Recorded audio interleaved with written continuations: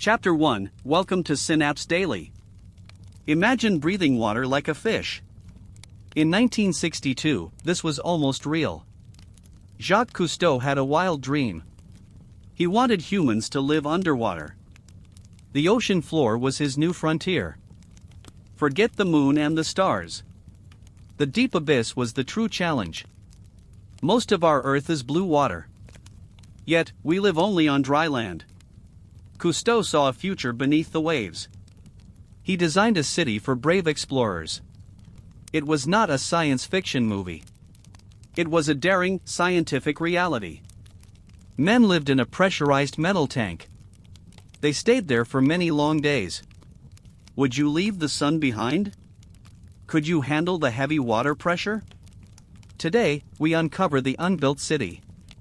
We explore the lost dream of 1962. Join us as we dive very deep. The journey starts now at Synapse Daily. Nature never intended humans for the sea. Our lungs need fresh, dry air. But Cousteau ignored these basic rules. He saw the ocean as a mother.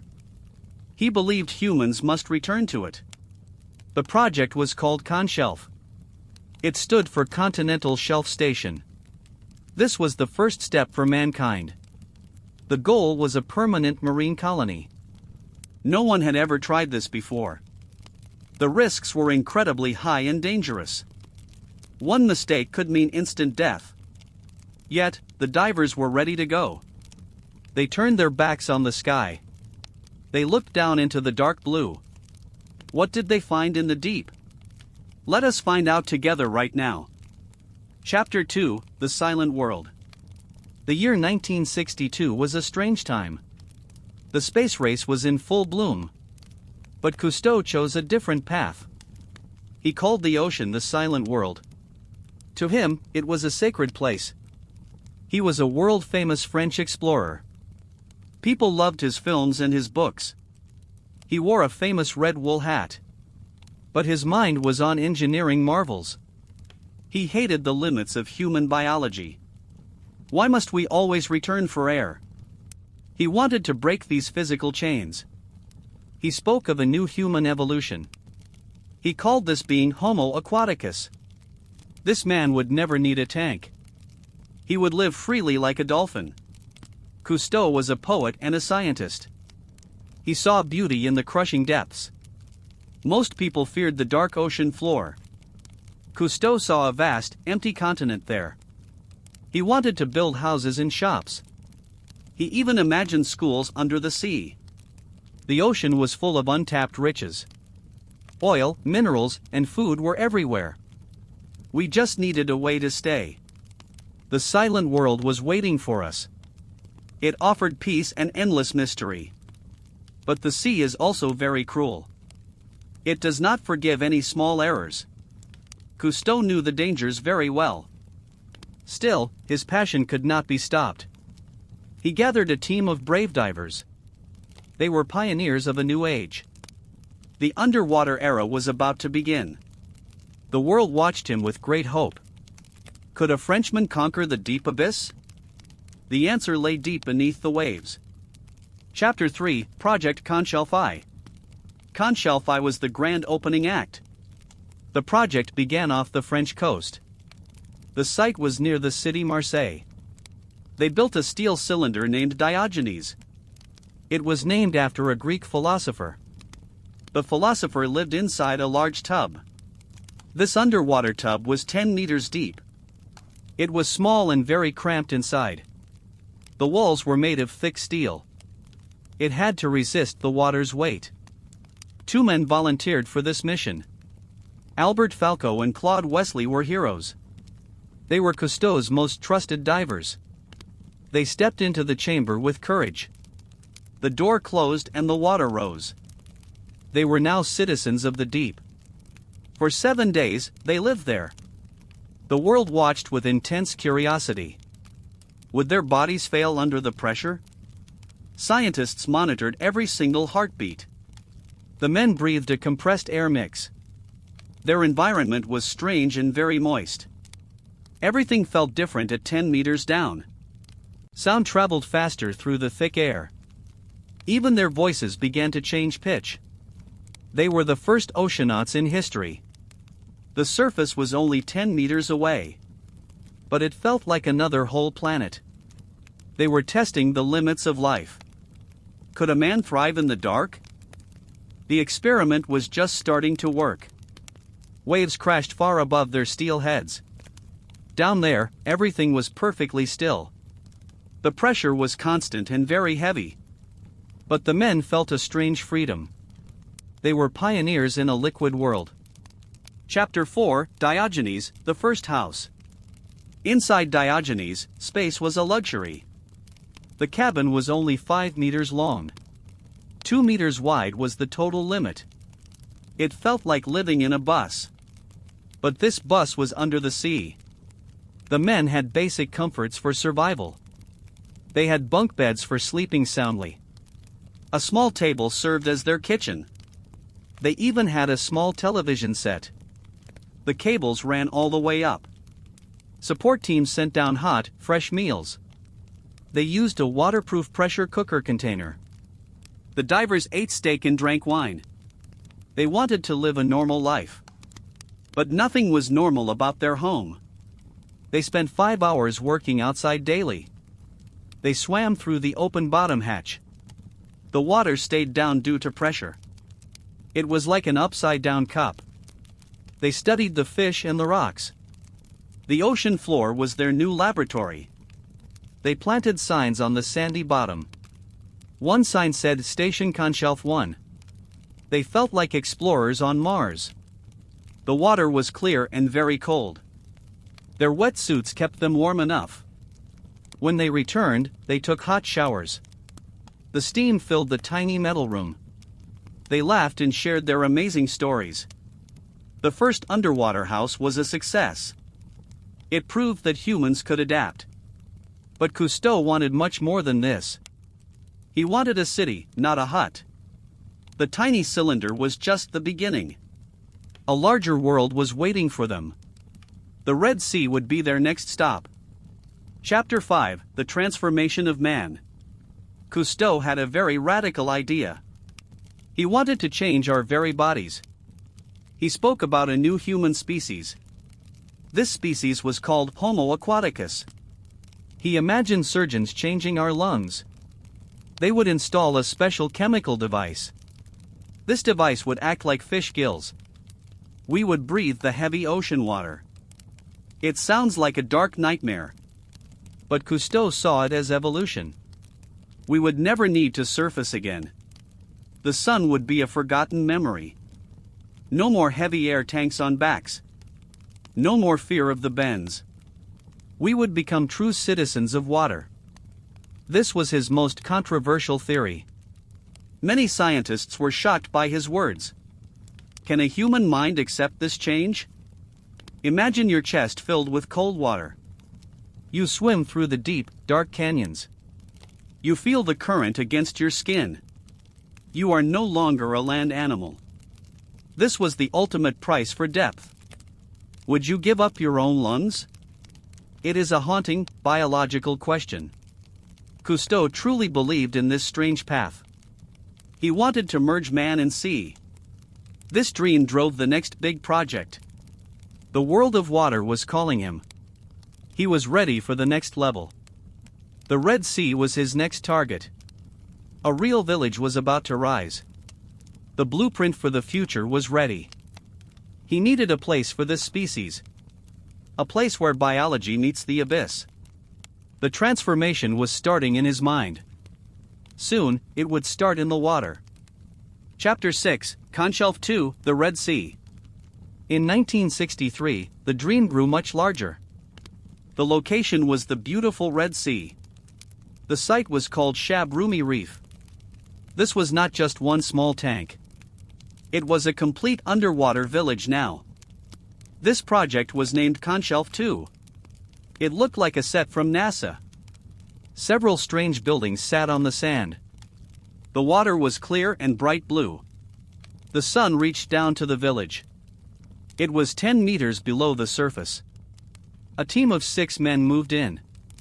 They planned to stay for 30 days. This was a month in the abyss. The village had a very unique design. It featured a main house and garage. There was also a smaller deep station. This station was 25 meters down. The world had never seen such things. Divers used scooters to move around fast. They felt like residents of a colony.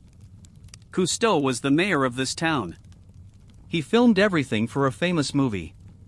The film won an Oscar later on. People saw the beauty of the deep. They saw men drinking wine in cabins. They saw a world without any gravity. It was a vision of a future life.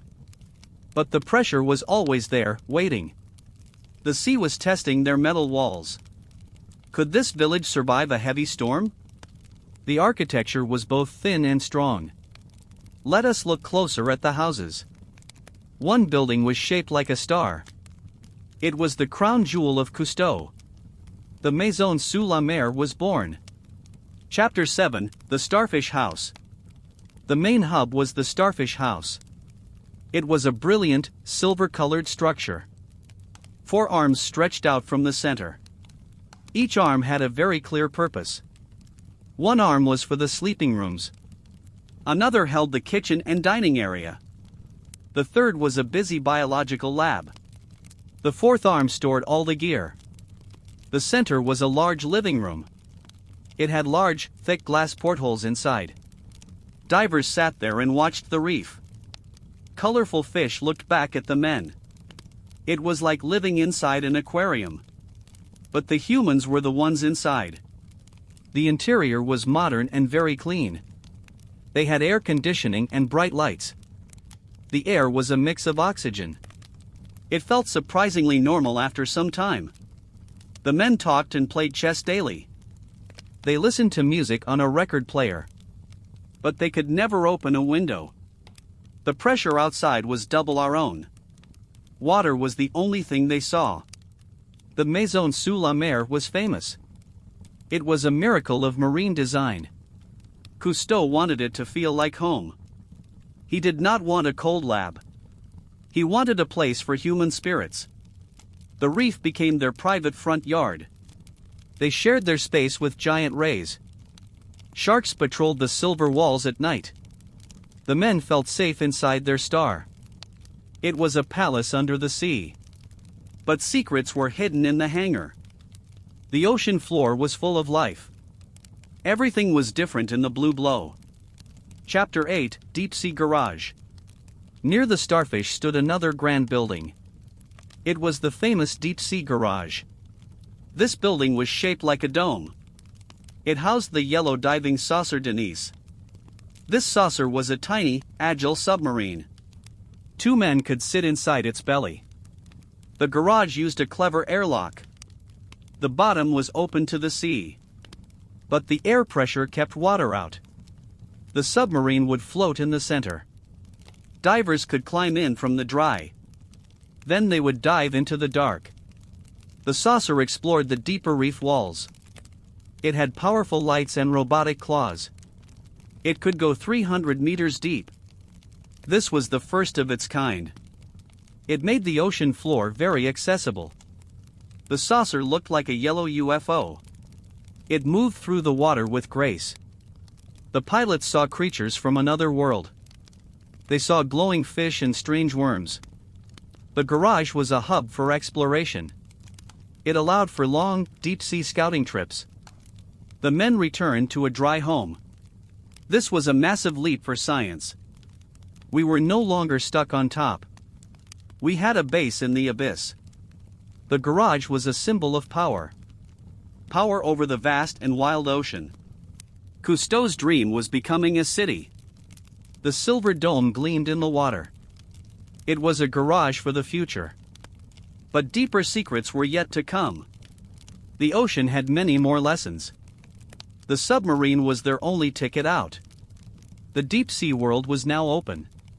Chapter 9, Scientific Discoveries. The oceanauts were not just living there. They were working very hard every single day. They studied the secrets of the coral reefs. Scientists watched their bodies from the surface. High pressure does strange things to human biology. Their voices became very high and squeaky. This was because of the gas mixture inside. It was a very funny but weird effect. Even small cuts healed much faster down there. The high oxygen levels helped the skin repair. Their hearts also started to beat more slowly. The body was trying to save energy deep. They found thousands of new marine species daily. They saw fish that glowed in the dark. Some creatures looked like aliens from outer space. The divers collected samples of colorful sponges. They mapped the floor of the Red Sea. They discovered how reefs grow and die. This data was a treasure for marine science. No one had lived this close before. They were like biologists on a different planet. The sea was sharing its deepest secrets now. Every discovery felt like a huge victory. They were learning to live in the blue. It was a beautiful and very quiet life. But the ocean was always watching them. Science was the bridge to the abyss. The data proved that survival was truly possible. It changed how we look at the sea. The deep was no longer a total mystery. Chapter 10: The Psychological Toll. The ocean is a very lonely place.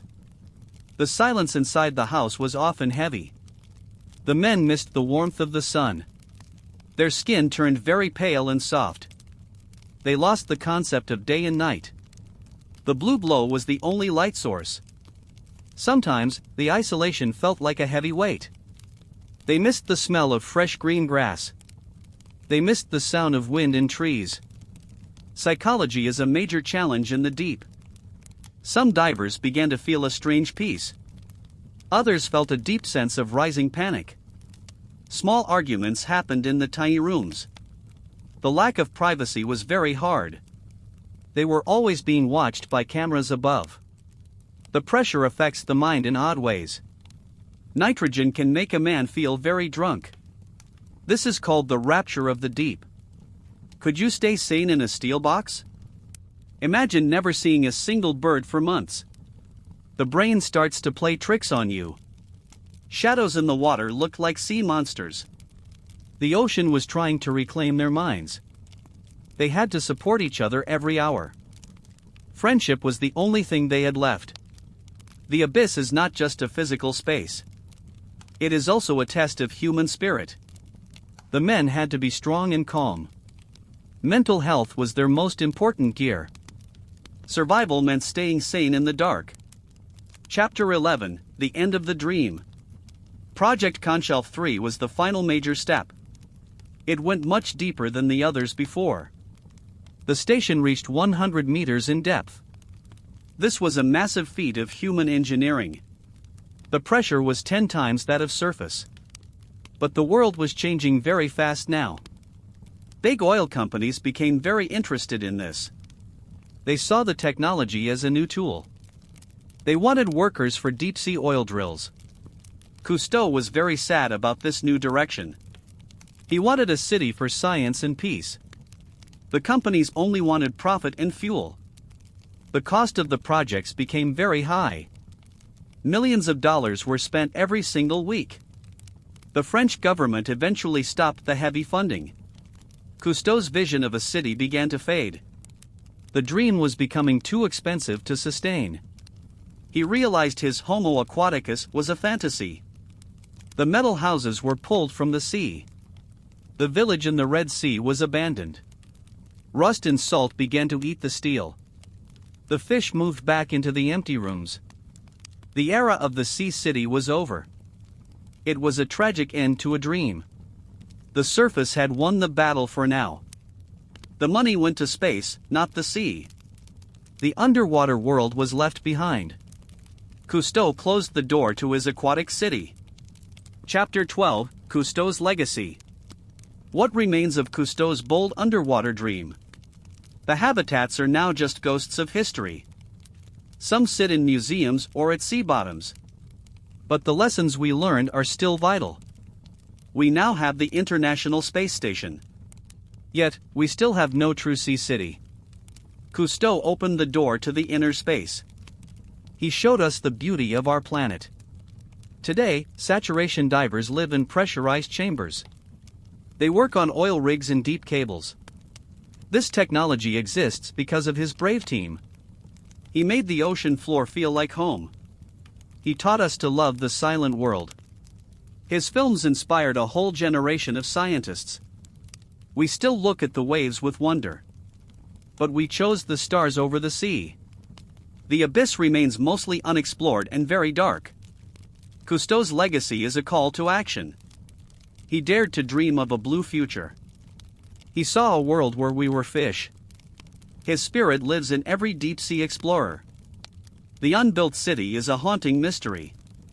It reminds us of what could have been. Will we ever go back to stay? The sea is still waiting for its people. We must remember the man in the hat. He gave us the keys to the kingdom. Chapter 13, Final Thoughts. Jacques Cousteau was a true pioneer. He dared to imagine the impossible. The submerged city remains unbuilt. But the dream is still alive. Maybe one day we will return. We might finally become Homo Aquaticus. Thank you for joining Synapse Daily. Explore the deep with us next time. Goodbye from the silent world.